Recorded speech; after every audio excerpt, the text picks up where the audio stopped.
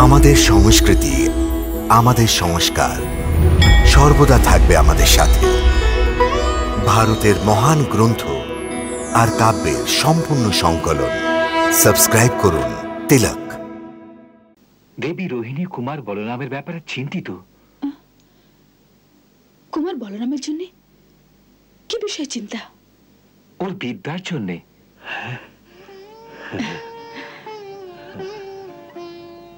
উনি ভাবেন যে বলরামের বিদ্যা অধ্যয়নের সময় হয়েছে। ওখানে গোকুলে উনি দিন রাত গয়লাদের সঙ্গে গরু চড়িয়ে বেড়ান, এ ওর একদম পছন্দ নয়।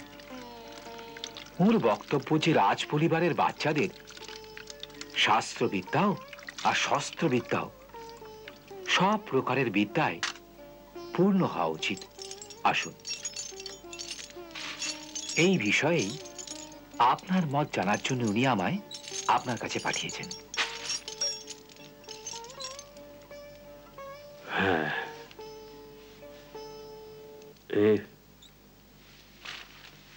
এই সমস্যা তো নিশ্চয়ই, কিন্তু সমস্যার কিছু সমাধান তো করতেই হবে কুমার। সমাধান? সমাধান কি করে হয়? ওকে কোনো গুরুকুলে পাঠানো তো শঙ্কার বিষয়। একটু চিন্তা করুন, অন্য বিদ্যার্থী জিজ্ঞাসা করলে কি বলবে? কার পুত্র?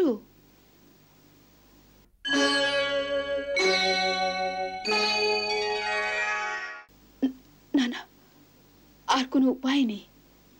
ওকে এই রকম লুকিয়ে গোকুলেই থাকতে হবে। লুকিয়ে থাকা তো ঠিক কথা, কিন্তু তার তো এই অর্থ নয় যে ওর রাজকুল অনুসারে বিদ্যা গ্রহণ করা উচিত নয়। এ কাজ লুকিয়েও হতে পারে। আসলে আপনি বলতে কি চান? হ্যাঁ, আপনার যোজনা কি? কুমার, আমি দেবী রোহিণীর বিচারের সঙ্গে একমত।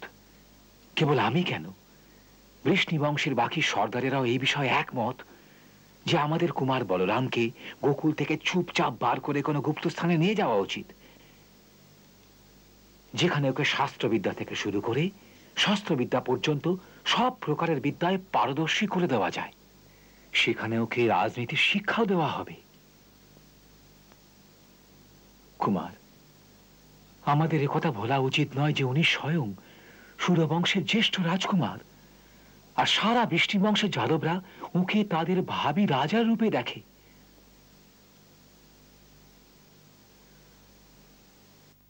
ওরই বড় হবার প্রতীক্ষায় আমরা কংসের অত্যাচারকে আজ পর্যন্ত চুপচাপ সহ্য করে এসেছি। এই সুযোগের লাভ উঠিয়ে কংস এক এক করে আমাদের সর্দারদের মেরে ফেলছে। কিন্তু একদিন না একদিন তো আমাদের কংসের সঙ্গে যুদ্ধ করতেই হবে। সেই সময় সুরবংশের পতাকা নিয়ে আমাদের সভা নেতৃত্ব করার কে আছে?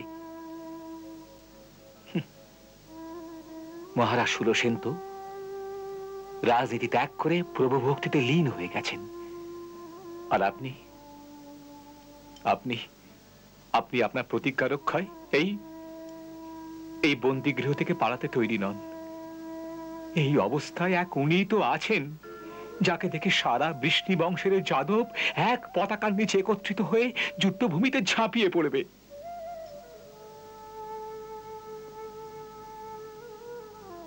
কিন্তু আপনি আপনার এই যোজনার আলোচনা দেবী রোহিণী আর নন্দরায়ের সঙ্গে করেছেন? আমরা তিনজনে দুদিন ধরে এই যোজনার বিষয় মন্ত্রণা করেছি। তারপর ওরা দুজনেও এই মনে করেন যে কিছু এমনি করা উচিত, কিন্তু এই বিষয়ে নির্ণয়ের ভার ওরা আপনার উপর ছেড়ে দিয়েছেন।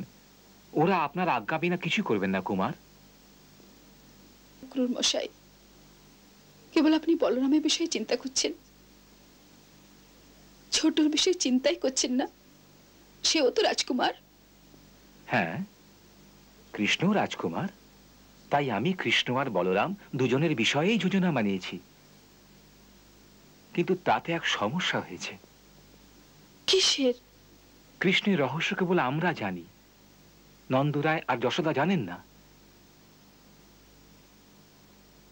যখন আমি কৃষ্ণের ব্যাপারে বললাম, তখন নন্দরায় সোজা বলে দিলেন যে আমি কৃষ্ণকে পাঠাবো না। কেন? ওর বিদ্যার আবশ্যকতা নেই? আছে, কিন্তু নন্দরায়ের বক্তব্য যে কৃষ্ণ বিদ্যা গ্রহণ করে কি করবে? ও তো গয়লা, ওকে তো জীবনে গরুই চড়াতে হবে। তাই এক গয়লার গুরু আর গুরুকুলে কি কাজ? না ওর বাপ ঠাকুরদা কখনো পড়তে গেছে, না ও যাবে। বলুন, এখন এর উত্তর আমি কি দিতাম দেবী? এরপর রোহিণী দিদি কি বললেন? দেবী রোহিণীরও এই ধারণা যে কৃষ্ণকে সঙ্গে নিয়ে যাবার কি আবশ্যকতা আছে। ইতিপূর্বে কৃষ্ণের অদ্ভুত কার্যে কংস উত্তেজিত হয়ে ওকে মারার জন্য কত প্রকারের দৈত্যকে পাঠিয়েছে। যদি কৃষ্ণ ওখান থেকে চলে যায়, তবে কংস ওর সন্ধানে সেখানে পৌঁছে যাবে যেখানে বলরাম আছে। এতে বলরামের জীবন সংকটে পড়তে পারে। দিদির আপন পুত্রের মোহ আছে, কৃষ্ণের প্রাণের কোনো চিন্তা নেই। দেবী, আপনি একথা কেন ভুলে যাচ্ছেন যে দেবী রোহিণী কৃষ্ণকে নন্দরায় যশোদার পুত্রই মনে করেন? উনি এই রহস্য জানেন না। অন্যথা উনি এই জন্যও জোর দিতেন যে ওকেও রাজকুমারের ন্যায় শিক্ষা দেওয়া হোক। আপনি চান তো ওকে এই রহস্য অবগত করানো যায়? না, এখন নয়।